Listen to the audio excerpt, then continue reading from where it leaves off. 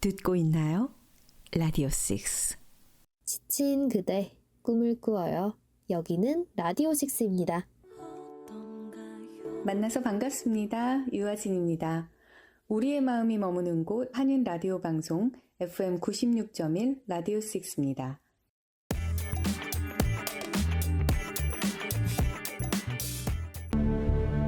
디지털 시대의 색깔 있는 신문 코리안 뉴스. 바른 뉴스를 보는 것, 가짜 뉴스를 알아내는 것, 내 주변을 보살피는 것, 내 나라 밖을 살펴보는 것, 지구를 건강하게 물려주는 것. 이 모든 것은 내가 시작해야 가능하다는 것. 바른 사람을 위한 젊은 신문 코리안 뉴스. 뉴욕에서도, 포틀랜드에서도, 우리의 식탁에서도 콩으로 만든 요리가 대세가 된 건 다 이유가 있지. 식물성 단백질을 먹으면 내 몸도 지구도 건강해지니까. 요즘은 이런 식.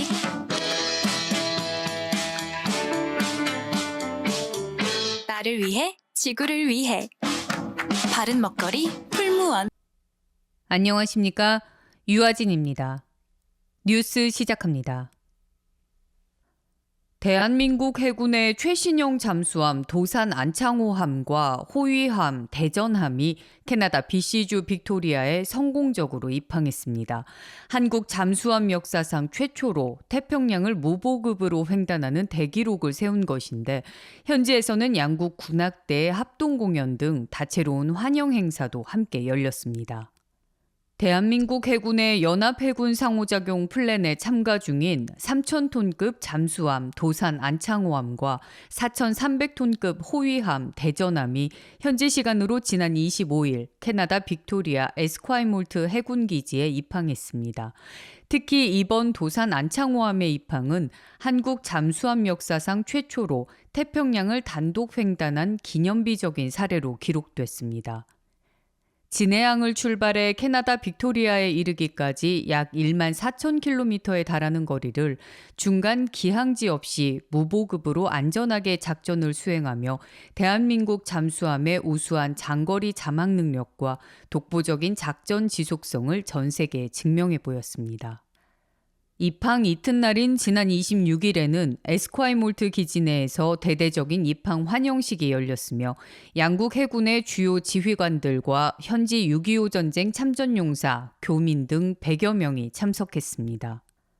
캐나다 해군 측은 한국 해군 장병들을 위해 캐나다 원주민 전통 환영의식을 선보였으며, 데이비드 파첼 캐나다 태평양 해군 사령관은 한국 군함의 이번 입항은 양국 해군 간의 긴밀한 파트너십을 상징한다며 환영과 우정의 의미를 부여했습니다.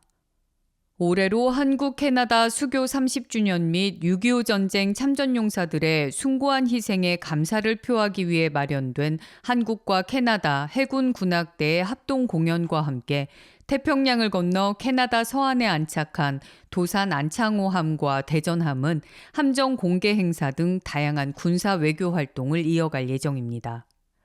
자랑스러운 대한민국 해군 장병 여러분의 안전 운항을 기원합니다. 앞으로 BC주 도로를 달리는 대형 상업용 트럭에 블랙박스, 즉 대시캠 설치가 전면 의무화됩니다. 최근 빈발했던 고가도로 충돌 사고와 대형 교통사고의 책임을 명확히 가리고 도로 안전을 확보하기 위한 조치인데, 캐나다 전역에서 최초로 시행되는 법안입니다. BC주 의회는 최근 상업용 차량에 전방주시용 대시캠 설치를 의무화하는 법안을 만장일치로 통과시켰습니다. 여야가 따로 없는 초당적 지지로 가결된 이 법안은 주정부의 최종 서명 절차를 거쳐 이르면 6개월 뒤부터 본격 시행될 예정입니다. 법안에 따르면 대상 차량의 소유주는 장비를 상시 유지 관리해야 하며, 리스 차량의 경우 임차인이 책임을 지게 됩니다. 특히 운행 중에는 카메라가 항상 정상적으로 녹화 상태를 유지해야 하며, 렌즈를 가리거나 촬영을 방해하는 행위는 엄격히 금지됩니다. 이번 법안은 총중량 11,793kg을 초과하는 대형 운송 트럭을 주요 대상으로 확정했습니다. 최근 메트로 밴쿠버 일대에서 잇따라 발생해 사회적 문제가 된 고가도로 충돌 사고의 주 원인인 대형 트럭들을 정조준한 것입니다. 도입될 대시캠은 사생활 침해 논란을 막기 위해 운전석 내부가 아닌 차량 전방 도로 상황만 기록하는 형태로 제한됩니다. 또한 성능 규정도 까다로워져 고화질 해상도는 물론 야간 투시 기능과 최소 72시간 이상의 녹화 데이터 저장 능력을 필수적으로 갖추어야 합니다. BC 트럭협회는 회원사 차량의 약 75%가 이미 자발적으로 대시캠을 운용 중이라며 환영의 뜻을 나타냈습니다. 다만 주별로 규정이 다르면 주간 운송에 혼선이 생길 수 있는 만큼 향후 연방정부 차원의 전국적인 표준 도입이 필요하다고 제안했습니다. 이번 조치를 계기로 온라인 커뮤니티와 소셜미디어를 중심으로 일반 승용차에도 블랙박스 설치를 의무화해야 한다는 목소리가 급격히 힘을 얻고 있습니다. 대시캠은 사고 시 억울함을 풀 수 있는 가장 저렴한 보험이라며 난폭운전이나 뺑소니, 보험 사기 사건 해결에 영상 증거가 결정적 역할을 하는 만큼 모든 차량으로 확대해야 한다고 주장하고 있습니다. 하지만 반대론자들은 일반 차량까지 의무화할 경우 무분별한 영상 보관과 유출에 따른 사생활 침해, 데이터 접근 권한 등의 부작용을 우려하고 있습니다. 현재 BC주 정부는 일반 차량으로의 확대 적용은 검토하지 않고 있다는 입장이지만 이번 법안이 캐나다 도로안전 정책의 패러다임을 바꾸는 중요한 전환점이 될 것이라는 분석입니다.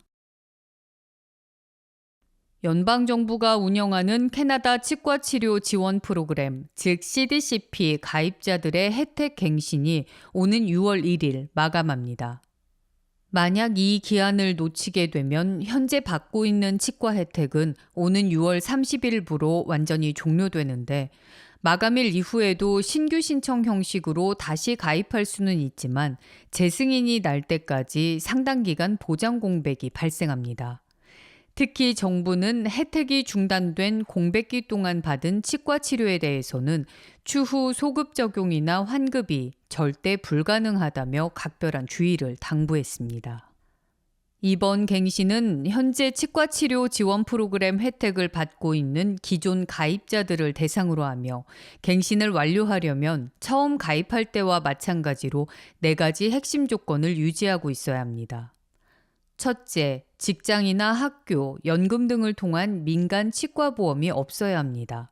둘째, 신청자와 배우자 모두 전년도 세금 신고를 완료해 소득 증빙이 가능해야 합니다.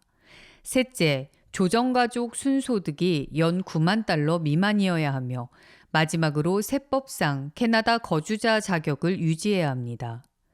특히 소득 수준에 따라 본인 부담금 비율이 재산정되므로 국세청의 세금고지서를 미리 확인하는 것이 좋습니다. 가입자 본인과 가족의 신넘버, 생년월일, 주소 등을 확인해 온라인 혹은 전화로도 간편하게 갱신이 가능합니다. 아울러 정부는 기존 가입자 갱신이 마무리되는 대로 오는 6월 2일 오전 8시부터 새로운 자격 요건을 갖춘 주민들의 신규 신청 접수를 시작할 예정입니다. 치솟는 물가와 생활비 부담 때문에 온라인 대출에 손을 댔다가 오히려 감당하기 힘든 빚더미에 앉은 주민들이 늘고 있습니다. 특히 금융기술을 앞세운 일부 핀테크 업체들이 취약계층을 상대로 고금리 상품을 무분별하게 판매하면서 부채의 악순환을 키우고 있다는 지적입니다. 피해를 입은 소비자들에 따르면 생활비를 감당하기 어려워져 온라인 핀테크 기업인 스프링 파이낸셜에 $5,000 대출을 신청했지만 실제 대출금은 나오지 않았고 업체는 매주 돈을 납부해야 하는 신용회복 프로그램에 강제로 가입시켰다고 설명했습니다. 이처럼 상품 구조를 충분히 설명하지 않고 소비자를 오도했다는 유사 피해 사례가 잇따르고 있습니다. 현재 BC주에 등록된 고비용 신용대출업체들의 연이율은 32%에서 35% 수준으로 현행법이 허용하는 최고 수준에 육박합니다. 5,000달러를 빌리면 2년 만에 이자만 2,000달러를 더 내야 하는 구조입니다. 그럼에도 불구하고 생활고의 한계로 내몰린 주민들이 몰리면서 BC주 소비자보호기관 조사 결과 지난 한 해 실행된 고비용 대출 규모는 약 4억 4천만 달러로 전년도보다 2배 가까이 급증했습니다. 특히 이들 업체 중 절반 이상은 오프라인 지점 없이 온라인으로만 운영돼 규제의 사각지대에서 몸집을 불리고 있습니다. 연방정부가 약탈적 대출을 막기 위해 법정 최고금리를 48%에서 35%로 낮췄지만 올해 1분기 캐나다 전역에서 개인 파산이나 채무 조정을 신청한 사람은 3만 7천 명을 넘어섰으며 이는 지난해보다 8% 이상 증가한 수치입니다. 채무 조정 전문가들은 물가 상승 때문에 생긴 빚을 갚으려고 또 다른 고금리 빚을 지는 한계 상황이 반복되고 있다며 깊은 우려를 표했습니다. 급격히 확산되는 취약계층을 향한 약탈적 대출에 대해 보다 촘촘한 감독과 제도 보완이 시급해 보입니다. 다음은 문화 소식입니다. 캐나다와 미국을 가르는 세계 최장의 비무장지대 북위 49도선, 이 물리적 경계선을 이름으로 내걸고 이민자들의 삶과 정체성을 기록하겠다고 선언한 신생 출판사가 밴쿠버에서 첫걸음을 뗐습니다.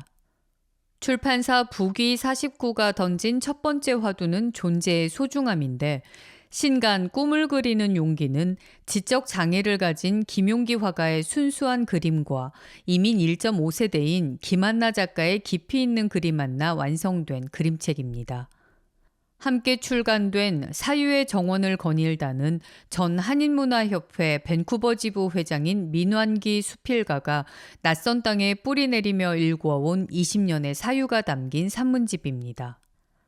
출판사 북위 49 측은 단순히 책을 출판하는 회사를 넘어 언어와 문화, 사회적 편견에 맞선 사람들의 목소리를 모으겠다는 포부를 밝혔습니다. 밴쿠버 한인사회를 비롯한 다양한 이주민의 숨은 서사들을 지속적으로 발굴해 나가겠다는 계획입니다. 그림책 꿈을 그리는 용기와 산문집 사유의 정원을 거닐다는 현재 한국의 주요 온라인 서점과 캐나다 쿠키틀람 지역 서점에서 만나보실 수 있습니다. 출판사 북위 49의 활발한 행보를 기대해 봅니다. 오늘 뉴스는 여기서 마칩니다. 지금까지 아나운서 유아진이었습니다. 디지털 시대의 색깔 있는 신문 코리안 뉴스. 바른 뉴스를 보는 것, 가짜 뉴스를 알아내는 것, 내 주변을 보살피는 것, 내 나라 밖을 살펴보는 것, 지구를 건강하게 물려주는 것. 이 모든 것은 내가 시작해야 가능하다는 것. 바른 사람을 위한 젊은 신문 코리안 뉴스.